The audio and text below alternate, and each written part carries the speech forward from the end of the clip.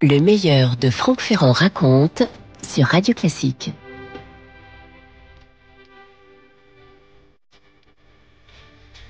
Au palais de l'Élysée, les appartements privés du président se trouvent dans une petite aile en retour du corps de logis. Donc on est à l'est, sur les jardins. Au rez-de-chaussée de cette aile est se trouve une petite pièce divinement décorée sous l'Empire pour la sœur de Napoléon, pour Caroline Murat, qui avait un goût exquis, et ça se voit.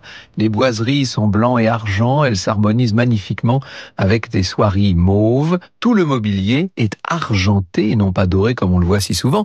C'est donc ce qu'on appelle le salon d'argent, petite pièce ouvrant côté jardin sur la terrasse et dans laquelle Napoléon Ier d'ailleurs devait signer sa seconde abdication en 1815, au lendemain de la défaite de Waterloo et avant qu'il ne parte pour son exil définitif. Donc c'est une sorte de boudoir qui, au tournant du XXe siècle, est d'autant plus adapté aux rendez-vous intimes du président, le genre 5 à 7 discret, d'autant plus adapté, dis-je, qu'à l'époque, le bureau du chef de l'État se trouve tout près de là. Le président dont je parle, c'est Félix Faure. Félix Faure, élu en 1895, un homme parti de pas grand-chose qui initialement était un apprenti tanneur et qui a fini donc par devenir président de la République, ce dont il n'était pas peu fier et on peut le comprendre. Georges Poisson nous raconte en quelques mots l'ascension vertigineuse de ce Félix Faure qui, nous dit-il, après une instruction très limitée, avait su rapidement s'élever jusqu'à l'aisance, la considération, la notabilité, la notoriété, toutes choses allant de pair en cette époque grâce à un solide sens des affaires et à un travail assidu qui était venu relayer et conforter le moyen d'ascension classique de l'époque, un beau mariage. Encore fallait-il savoir décrocher ce mode de financement d'entreprise, aujourd'hui dépassé mais pas plus contestable que ceux nombreux que nous avons inventés depuis, nous dit Georges Poisson. Cette situation sociale avait normalement débouché sur la politique, cursus habituel pour un notable provincial du temps. Félix Faure avait ce qu'il fallait pour y réussir, de la prestance, une parole facile, la faculté de synthèse et surtout ce sens du contact humain qui, toute sa vie, lui permettra de séduire ses interlocuteurs, adversaires ou partisans. 2 fois sous-secrétaire d'État, puis ministre de la Marine sous la présidence de Casimir Périer, son ascension politique serait vraisemblablement poursuivie de façon lente, harmonieuse, s'il ne s'était produit le coup de théâtre que fut en janvier 1895 la démission de Casimir Périer, après 6 mois de présidence. Privés des longues semaines d'intrigues et de combinaisons habituelles en pareil cas, les parlementaires durent se rendre à l'improviste à Versailles. Et c'est ainsi donc qu'ils ont élu Félix Faure 6e président de la République française. Franck Ferrand sur Radio Classique. Nous sommes le 16 février 1899, donc moins de 4 ans après l'élection de Félix Faure, et nous sommes dans cet agréable et discret petit salon d'argent. Il est 18h. Le président Faure s'est retiré ici depuis une petite demi-heure en compagnie galante. Il reçoit la fameuse Marguerite Stenel. Et tout à coup, le personnel de l'Élysée entend un cri de femme assez strident. La porte s'ouvre, Meg Stenel apparaît tout affolée dans une tenue qui laisse assez peu de doute sur ce qu'elle était en train de faire. Le président est malade, crie-t-elle, le président est malade. Alors on vient voir effectivement Félix Faure a l'air de suffoquer complètement. Il est extrêmement rouge, il a le plus grand mal à respirer. Il a perdu connaissance. On ramène le président dans ses appartements, on convoque la faculté, on prévient la famille. Bref, Félix Faure ne va pas tarder à mourir. Il sera le seul président français à être mort dans l'enceinte du palais. Or, quand l'Élysée divulgue la nouvelle, c'est dans une version officielle et sur un ton laconique. Félix Faure a succombé à une hémorragie cérébrale foudroyante. On peut dire que la France entière est sous le choc. Personne ne pensait qu'il était malade, tant cet homme de 58 ans en imposait à tout le monde. Il était grand, fort, toujours d'humeur joyeuse et saine. Personne ne pouvait imaginer qu'il puisse avoir une défaillance de santé. Le palais vient de perdre le président qui lui avait donné le plus d'éclat. Et l'on peut dire qu'avec la mort de Félix Faure, qu'on surnommait le président Soleil, se clôt une période faste de l'histoire élyséenne. Tant était brillante la prestance du personnage, tant était grand le prestige dont il avait entouré la fonction. Je cite Adrien Dancette. « Le souci du prestige va caractériser la présidence de cet homme du peuple devenu bourgeois gentilhomme.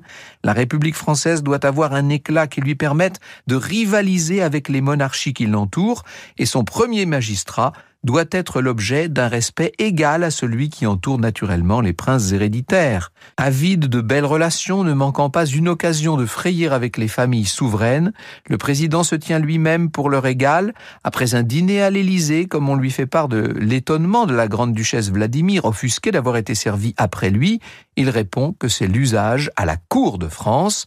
Pour Félix Faure, il y a toujours une cour de France, et c'est pourquoi on l'a surnommé le président Soleil, nous dit Adrien Dansette.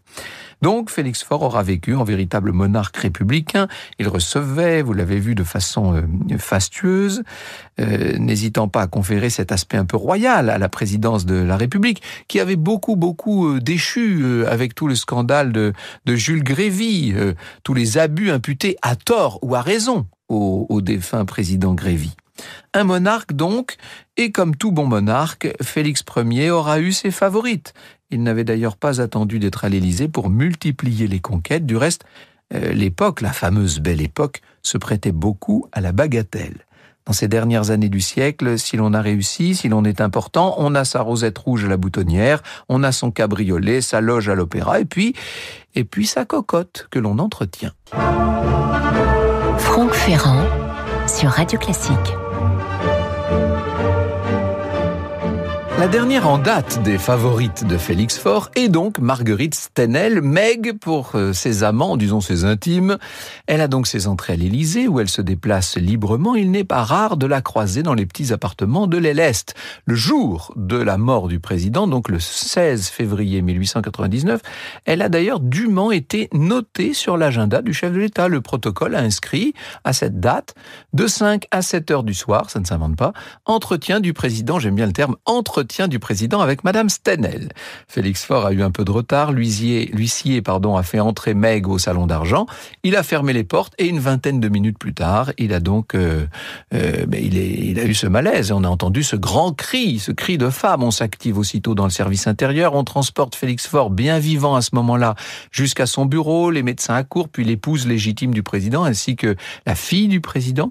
Et c'est donc plusieurs heures plus tard, quelques minutes avant 10 heures du soir, au moment où le prêtre arrive, que Félix Faure perd connaissance. Il meurt peu après. Alors évidemment, la présence de Madame Stenel aux côtés du président lors de son attaque a été tenue secrète.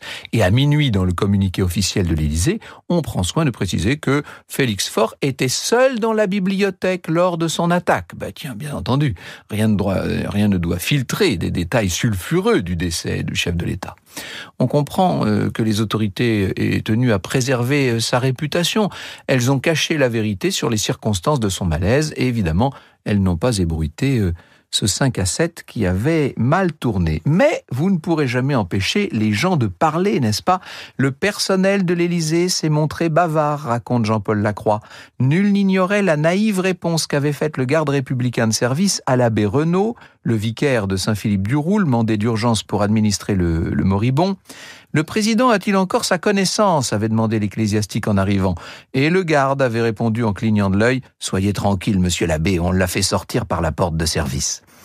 Un doute subsistait pourtant quant à l'identité de la mystérieuse visiteuse. C'est Cécile Sorel, affirmaient certains, qui savaient l'admiration portée par le président à la jeune et déjà célèbre comédienne. D'autres disaient qu'il s'agissait de Jeanne Granier, une autre actrice très en vogue à l'époque. D'autres encore, comme le pamphlétaire antisémite Édouard Drummond, parlaient d'une espionne payée par le syndicat juif. Et oui, on était en pleine affaire Dreyfus, je vais y venir dans un instant. Dès le 17 février, la cour d'honneur de l'Élysée est tendue de noir. Le corps du président défunt repose dans le jardin d'hiver, transformé pour l'occasion en une sorte de chapelle ardente. Le jardin d'hiver, c'est ce qui deviendra par ailleurs, ce qui sera fusionné avec la grande salle des fêtes de l'Élysée. Et pendant 4 jours, on va voir les Parisiens défiler chapeau bas devant la dépouille présidentielle. Des funérailles nationales ont été décrétées. Elles ont lieu le 23 février 1899.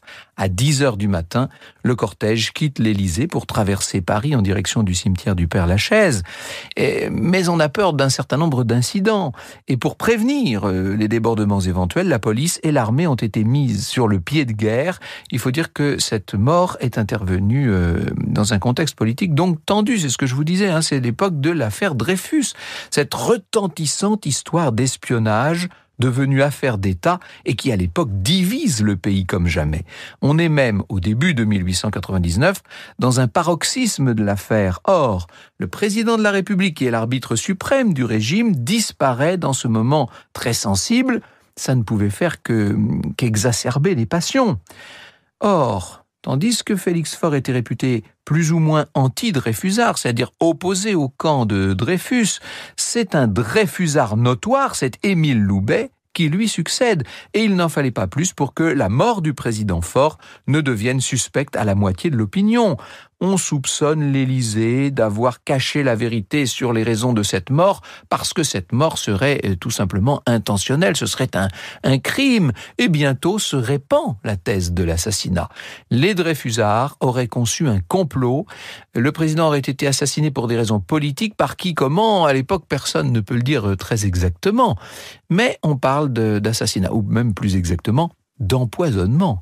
Parce qu'il se trouve que, dans l'après-midi de ce fatal 16 février, Félix Faure se serait fait porter du vin par un maître d'hôtel de l'Élysée. Et le vin en question aurait été toxique. D'autres affirment qu'il aurait ingéré un médicament. Bref, ce qui est certain, c'est que la part d'ombre entretenue par l'Élysée pour dissimuler la liaison galante, cette petite part de mystère va constituer le terreau idéal pour toutes sortes de rumeurs.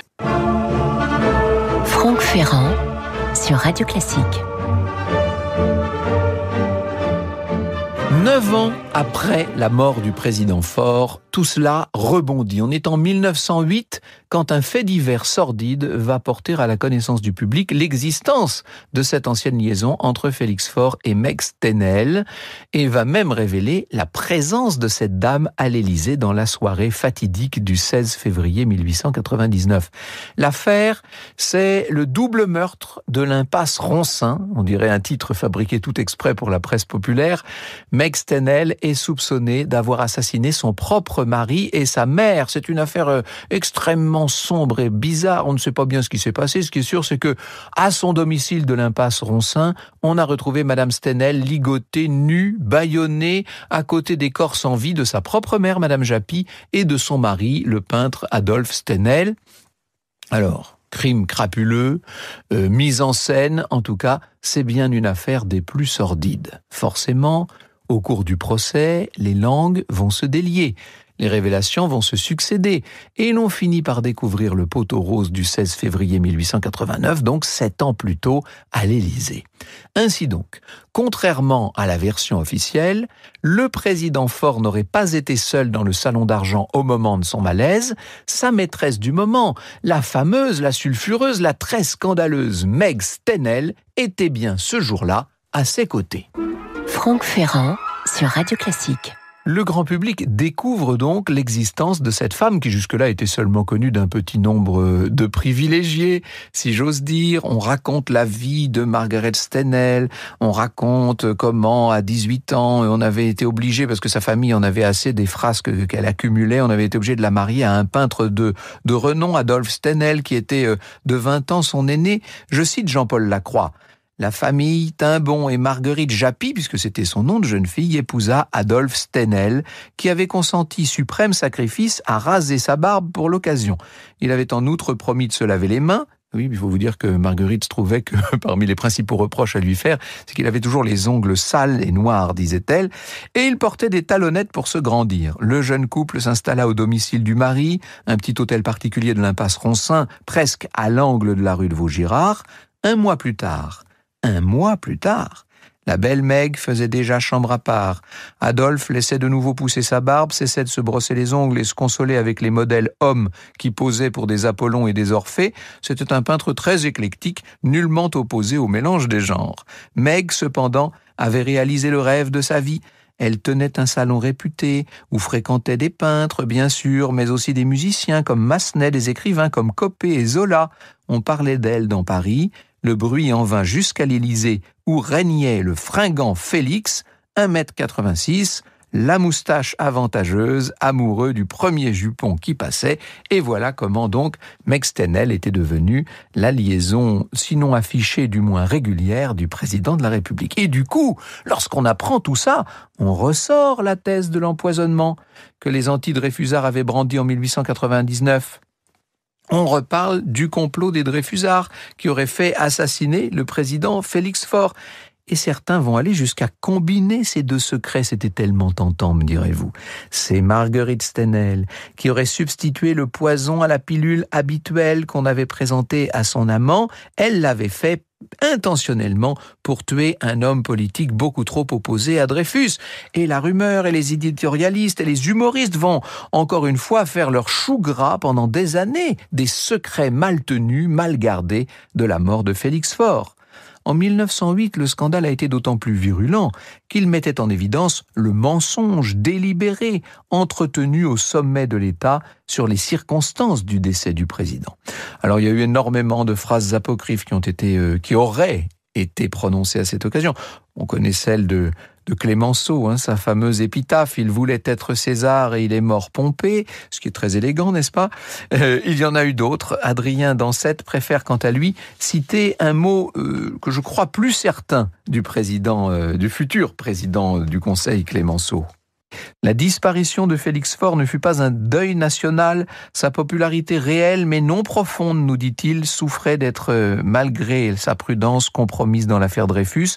Et l'aventure qui mit fin à ses jours n'était pas de nature à relever un prestige auquel il attachait tant de prix. Toujours acerbe, Clémenceau dans l'Aurore fut bref. « Cela ne fait pas un homme de moins en France. Je vote pour Loubet. »